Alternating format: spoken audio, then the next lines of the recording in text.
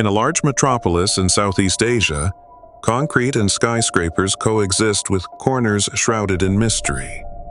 On the outskirts, in what was once a thriving railway expansion project, lies a desolate plot of land. Years ago, right there, construction began on new underground tracks, but everything suddenly came to a halt following a government order.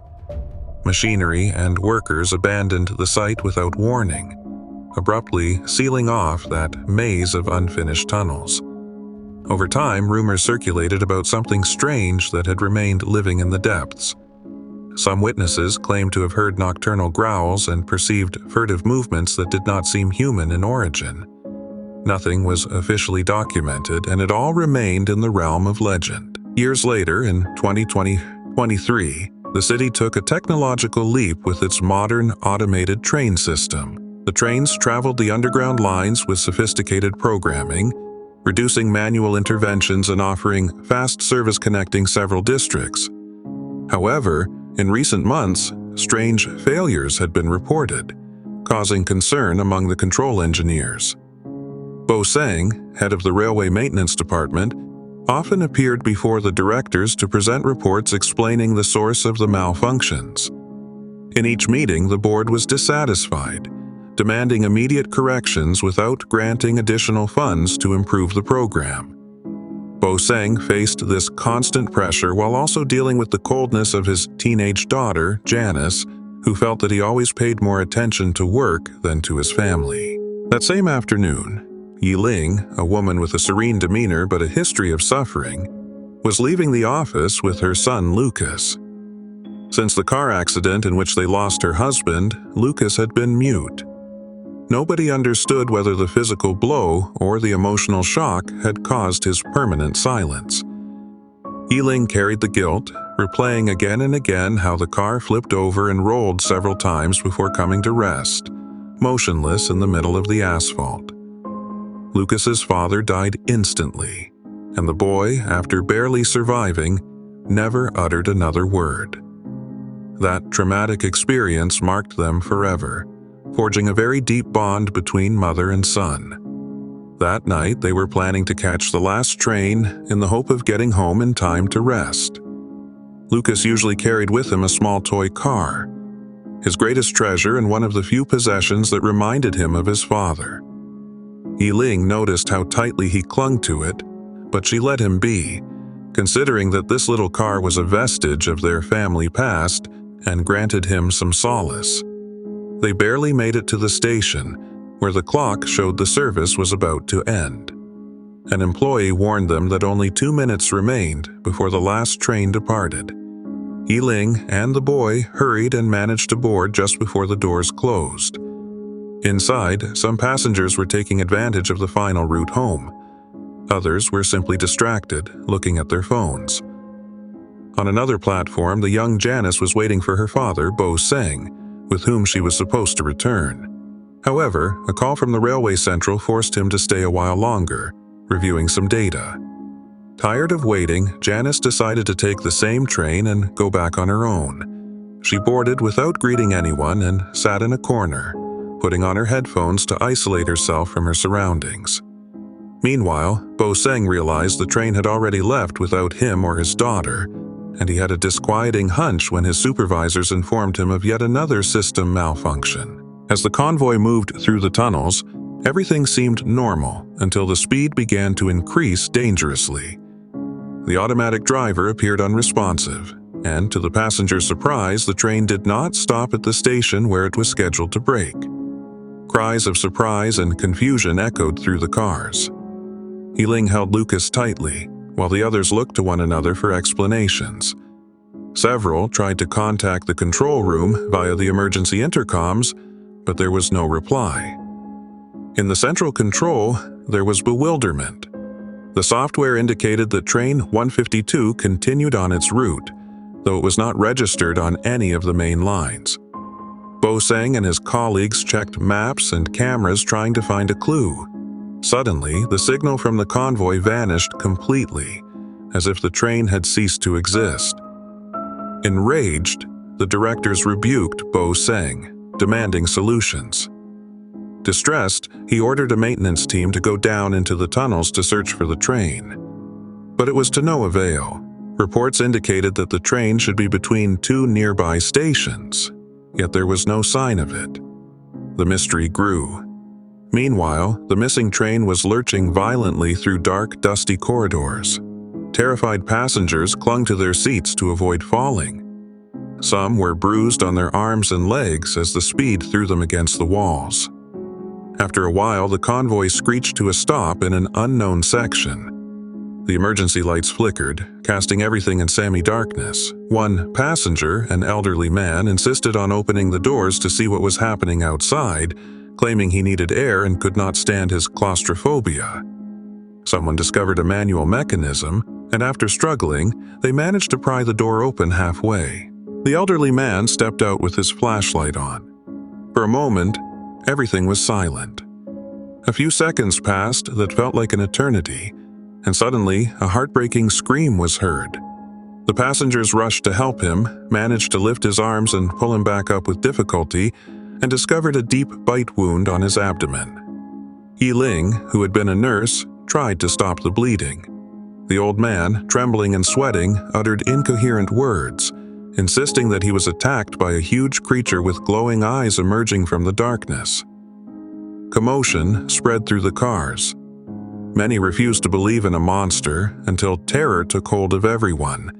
Heavy footsteps and a guttural roar were heard. The old man writhed in pain, and suddenly a violent blow against the rear window shattered the glass. A colossal shape pushed through the debris and with relentless force grabbed the old man, dragging him into the tunnels. His screams mixed with the passengers' ragged breathing, which could hardly process such horror. Chaos gripped the scene. No one knew where to run. Yi-Ling gripped Lucas's hand, determined not to let go. Seeing the brutality with which the monster killed, she realized their only option was to flee. Another group, terrified, ran in the opposite direction. Among them, Janice broke away from the crowd, trying to find a way out on her own. The silence of Lucas drew the attention of those fleeing alongside them. One man noticed that the beast paused for a few seconds to stare intently at the boy, as if it recognized him, but did not attack. That oddity sparked all kinds of theories. Perhaps the boy smelled different, or maybe he carried something that repelled the creature. Lucas, his gaze distant, only clutched the little toy car to his chest. Meanwhile, in the control center, the searches multiplied. Bo Sang and the technical team uncovered old plans of the construction that had been abandoned decades before. That unfinished line could very well have been integrated by the software when the program failed to find its main route, and by opening all possible tracks, it had led the train into those sealed tunnels. They realized the threat was real and that his daughter Janice was on the lost train. Supported by a colleague, Bo Sang decided to go down there himself to explore, axe in hand, fearing time was running out for those trapped inside. Bo Sang's descent was not easy. Among flooded corridors and collapsed sections, he heard the distant echoes of screams and metallic clamor. Every rumble drove him onward, hoping Janice was still alive. The young woman, for her part, had groped her way to a recess where the air grew heavy and darkness seemed to engulf everything. Suddenly, the beast emerged from the gloom, and Janice stifled a scream of horror. Just then, Bo Sang appeared and charged at the monster with his axe, trying to distract it so his daughter could escape. The creature roared, turning on Bo Sang with terrifying strength, and in that skirmish the spark of terror was so intense that something abruptly shifted in Lucas's mind. In a nearby corridor, upon sensing the upheaval of the fight, Lucas opened his mouth and shouted, "Mom!" It was the first word he had spoken in years. Yi-Ling turned around in disbelief and felt her heart burst with emotion on hearing her son's voice again. The monster, which had been chasing other passengers, suddenly stopped at that sound, turned its head, and stared at Lucas for a moment. It was then that the connection became clear. Years earlier, when Lucas was even younger, he had kept a strange creature in his fish tank. It was some kind of amphibian monstrosity discovered during an excavation which kept growing until it mysteriously disappeared. Now, after so much time in those tunnels, that being had turned into a colossal predator, but its instinct still remembered the child who had cared for it. That memory gave Lucas and Yi Ling an unexpected advantage. The monster did not immediately attack them. However, it did vent its rage on everyone else, lunging at anyone in its path. Once Bo Seng managed to pull Janice out of danger, they joined other survivors wandering through the tunnel. Meanwhile, Yi Ling and Lucas ventured into an even deeper area, trying to find an escape route. The corridors branched endlessly, and the old, partly collapsed structures dripped water and dust at every step. Suddenly, Yi Ling and her son entered what looked like a natural cavern turned into a lair. There, the creature kept its offspring. They were smaller but still threatening, with twisted bodies and claws scraping the damp ground. Lucas, startled, stood staring at them while his mother called out desperately, trying to pull him away from the danger. The main monster burst in again, enraged at seeing them take the boy away. Letting out a bone-chilling roar, it lunged at Yi Ling. She struggled, dodged a blow, and in a stroke of luck, a large diesel tank left behind in the area broke loose from its support, crashing down onto her leg. She cried out in pain, but Lucas ran to help her. Seeing that the beast was preparing to attack again, a desperate plan occurred to her: blow up the place and cause a collapse that would destroy the monster's nest. If she did not manage to contain that threat, the creature and its offspring could reach the surface at another time and cause even more deaths. With superhuman effort, Yi Ling dragged the diesel tank near the weakest structure of the cavern. As it scraped against rubble and scorching metal, the container began to leak fuel, creating a flammable atmosphere. Enraged, the monster came at them with renewed fury, and Lucas shouted to warn his mother. Seeing him, the creature lunged in such a way that it struck the supports holding part of the ceiling. As it gave way, sparks flew and a fire broke out. Flames began to surge, climbing the walls. Yi Ling realized time was running out, and, clinging to Lucas, she took shelter inside an old abandoned vehicle, probably a maintenance van forgotten in the construction. Debris started falling everywhere, burying the lair. The offspring screeched and the main monster let out one last bellow before being trapped under the rocks.